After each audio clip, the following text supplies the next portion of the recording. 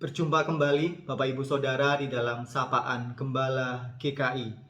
Tema yang akan kita renungkan pada hari ini adalah memupuk integritas.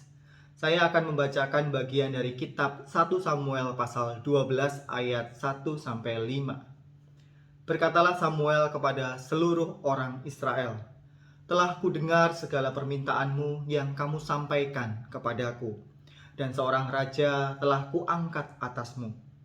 Maka sekarang, raja itulah yang akan menjadi pemimpinmu. Tetapi aku ini telah menjadi tua dan beruban, dan bukankah anak-anakku laki-laki ada di antara kamu? Akulah yang menjadi pemimpinmu dari sejak mudaku sampai hari ini. Di sini aku berdiri. Berikanlah kesaksian menentang aku di hadapan Tuhan dan di hadapan orang yang diurapinya. Lembu siapakah yang telah kuambil? Keledai siapakah yang telah kuambil? Siapakah yang telah kuperas? Siapakah yang telah kuperlakukan dengan kekerasan? Dari tangan siapakah telah kuterima sogok hingga aku harus tutup mata? Aku akan mengembalikannya kepadamu." Jawab mereka, "Engkau tidak memeras kami, dan engkau tidak memperlakukan kami dengan kekerasan, dan engkau tidak menerima apa-apa dari tangan siapapun."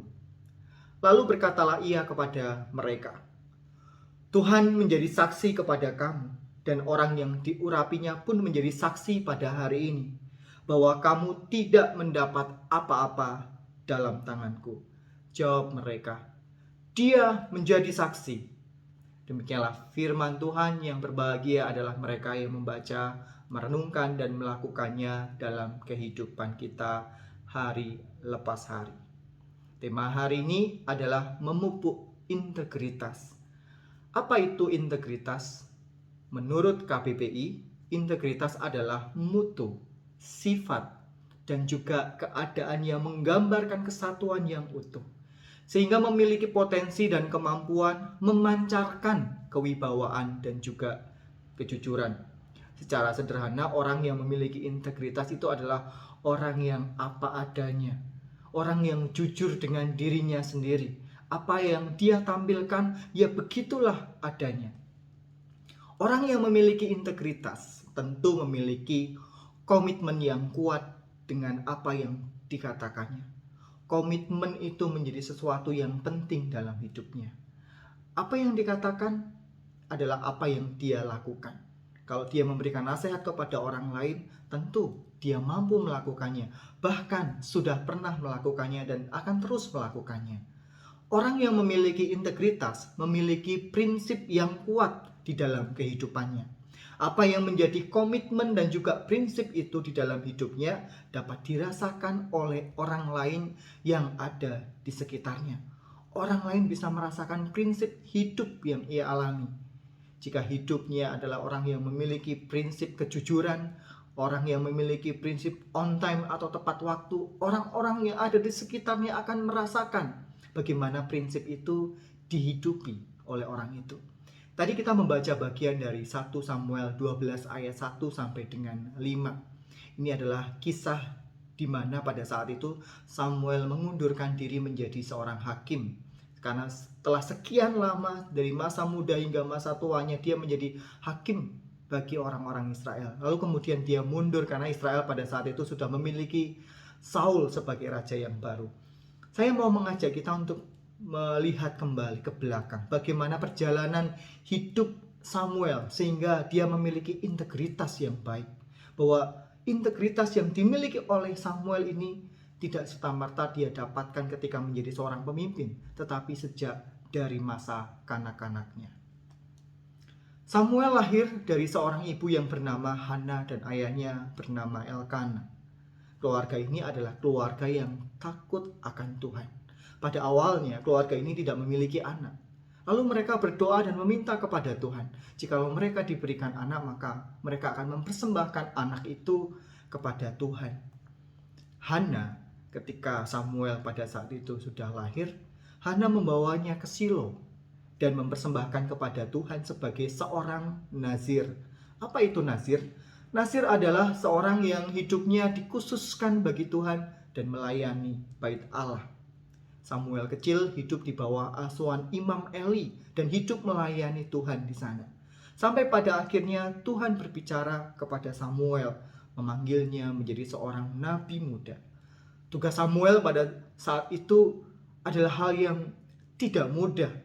Tugas pertama yang dilakukan oleh Samuel pada saat itu adalah menyampaikan nubuat penghukuman bagi keluarga Imam Eli. Ya, keluarga yang sudah turut membesarkannya.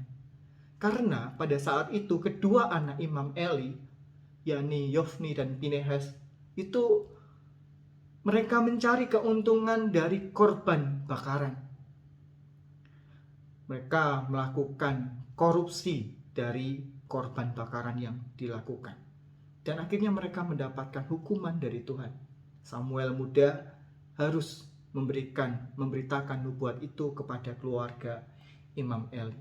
Dari sini kita melihat bahwa kehidupan Samuel dari kanak-kanak, dari pola asuh kedua orang tuanya hingga ia tinggal di bawah asuhan Imam Eli, membentuknya menjadi pribadi yang takut akan Tuhan. Ini yang kunci yang pertama. Lalu berikutnya, ketika bangsa Israel melawan orang-orang Filistin, mereka pernah kalah. Lalu pada saat itu Samuel muda tampil dengan mengajak bangsa Israel untuk bertobat, sebab mereka telah mengalami kemerosotan moral dan menyembah Baal. Samuel mengajak bangsa itu untuk berdoa dan juga berpuasa. Lalu Samuel merancangkan strategi perang melawan bangsa Filistin. Dan apa yang dilakukan oleh mereka membuat mereka membawa sebuah kemenangan, berhasil mengalahkan bangsa Filistin. Kemenangan atas orang Filistin itu membuat bangsa Israel bangkit kembali. Dan Samuel memerintah sebagai hakim untuk menyelesaikan perkara-perkara perselisihan atas orang Israel seumur hidupnya. Kita melihat bagaimana pada saat itu Samuel tampil ketika kekacau baluan sikap hidup orang Israel yang jauh dari Tuhan. Mereka menyembah Baal, hidup moral mereka kacau. Dia tampil untuk membenarkan, membetulkan apa yang salah dari kehidupan bangsa Israel. Dia mengajak mereka untuk kembali kepada Tuhan, menata spiritualitas bangsa Israel pada saat itu, sehingga mereka berbalik. Ketika hati mereka tenang, hati mereka memiliki keyakinan bahwa Tuhan akan menolong, Tuhan akan menyertai, maka mereka memiliki strategi yang baik. Mereka mampu memikirkan strategi yang baik untuk melawan bangsa Filistin, dan mereka memperoleh kemenangan. Dari kemenangan itu akhirnya membawa Samuel muda ini untuk menjadi seorang pemimpin, masuk ke dalam dunia politik, menjadi seorang hakim. Di sana dia menyelesaikan perkara-perkara perselisihan di antara orang-orang Israel. Kemenangan atas orang Filistin membawa Samuel diangkat menjadi hakim untuk menyelesaikan perkara-perkara perselisihan atas orang Israel seumur hidupnya sampai ia menjadi tua. Dari sini kita bisa melihat bagaimana Samuel muda sampai akhirnya dia tumbuh menjadi pribadi yang dewasa dan menjadi seorang hakim, memimpin umat Israel, memecahkan perkara-perkara yang terjadi di sana. Dia melandaskan semuanya itu dalam mengandalkan Tuhan. Dia mengandalkan Tuhan di dalam apa yang ia kerjakan, di dalam setiap persoalan yang ia hadapi dalam kehidupannya. Dan mengandalkan Tuhan ini juga ia tularkan kepada orang-orang yang lain. Itu poin yang kedua. Poin berikutnya adalah Samuel ini tidak menikah, dan pada saat itu maka dia mengangkat dua orang anak, yakni Yoel dan juga Abia. Sayangnya kedua anak angkat ini tidak hidup seperti Samuel yang taat pada Tuhan. Yoel dan Abia telah menyalahgunakan kekuasaan dengan mengejar laba, menerima suap, dan memutarbalikkan keadilan. Akhirnya pada saat itu, karena ulah kedua orang anaknya ini, maka bangsa Israel melakukan protes dan menuntut hadirnya seorang raja untuk memimpin mereka. Atas perintah Tuhan, Samuel mengabulkan tuntutan bangsa itu dan mengurapi Saul menjadi raja atas Israel. Bangsa Israel pada saat itu menuntut hadirnya seorang raja. Dan atas kehendak Tuhan, Samuel mengizinkan Samuel mewujudkan apa yang diinginkan oleh bangsa Israel itu. Lalu Samuel mengurapi Saul menjadi raja atas Israel.